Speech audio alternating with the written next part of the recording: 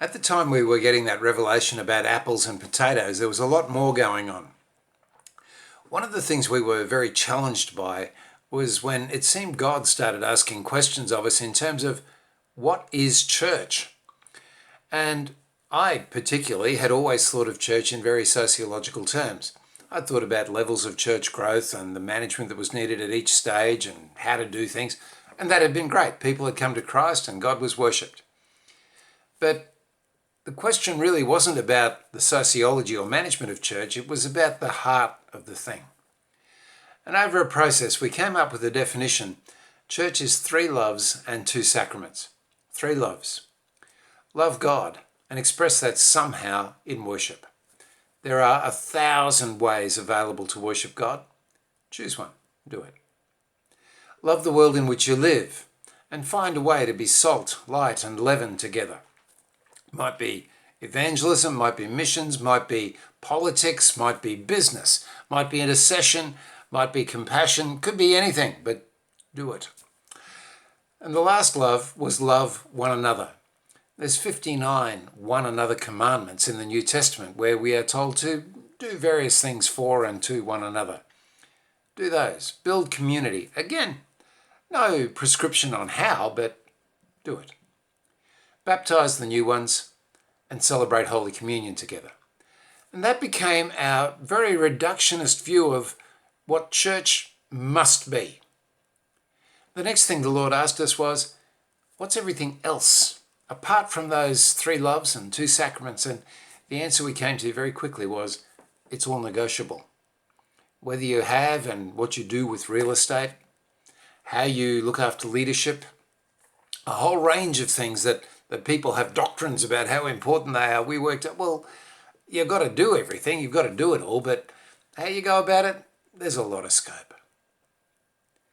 Now, as we were thinking through and coming to this point of 3 loves and 2 sacraments, strangely at the same time, we were given the opportunity to think very, very practically and directly about how church might look if we started to do some evangelism and if we started to plant churches in Australian subcultures where the church doesn't exist at the moment.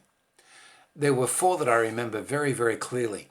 One was a bloke who wanted to conduct a communion service in a setting that was beyond anti-Christian. It would have led to violence had it have been known that he and others were worshipping God in that setting. And he came and expressed that he wanted to do this, and I prayed for him and hoped for the best. But that was a very peculiar little church in a very dangerous place. But it loved God, it loved one another, it loved the world it lived in. They were baptized, they celebrated communion. Another one was a really challenging one. A guy who ran a hamburger stand at the rough end of town was seeing any number of prostitutes coming to know the Lord. And he tried so hard to get them into churches where they could be loved and discipled. And the churches just could not come at it. They could not find a way to do that. I mean, how do you make a disciple out of a bunch of working girls who still need the money? That's a really different sort of church. And that needed a lot of thinking through. One of my favourites was in rural Queensland. A lady came to the Lord. And she said, for various reasons, I've bounced off the edge. I and my brother have bounced off the edge of every church in our town. Told me the story. And I thought, yeah, I get that. So what we worked out was that she would find 3 friends, one of whom drank too much, one of whom wanted to give up smoking, one of whom was a bit of a shrew and needed to settle down. And the 4 of them got together, and the agreement they made was, we'll all hold each other accountable for our lifestyle. You for drinking, you for smoking, you for carrying on too much, and if you 3 could keep me accountable to this Christian thing that I'm trying to do. And it was great. About a fortnight after that decision was made, I got a phone call. Please send help. We need to know about this Christian thing because my friends don't know anything about it. They want to keep me accountable. Another one was a guy who we met at an airport at one point. He just wanted to talk about the Lord. And his church, his little normal church, had told him that his ministry would be to play guitar and teach a Sunday school class, in which he really had no sense of energy or, life in that at all. But he lit up when he started talking about the industry he was in And they were having some very particular challenges in that industry in his town. There were some grave injustices happening. There were some real commercial difficulties. There were people whose families and livelihoods were being hurt. And he was passionate. He had a sense of this injustice, and he really wanted to see the right thing happen.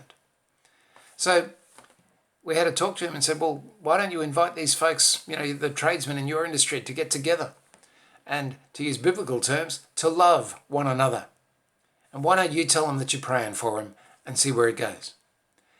He said, I can do that this Friday night. And he set off to do it. A proto church planted in an industry in a very particular situation of injustice. Now, those were 4 examples of many of the sorts of people who, as we're thinking, what is the bare essentials? What is it that is a church?